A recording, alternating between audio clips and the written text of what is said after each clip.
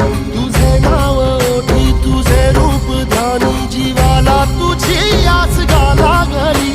जरी बाप सा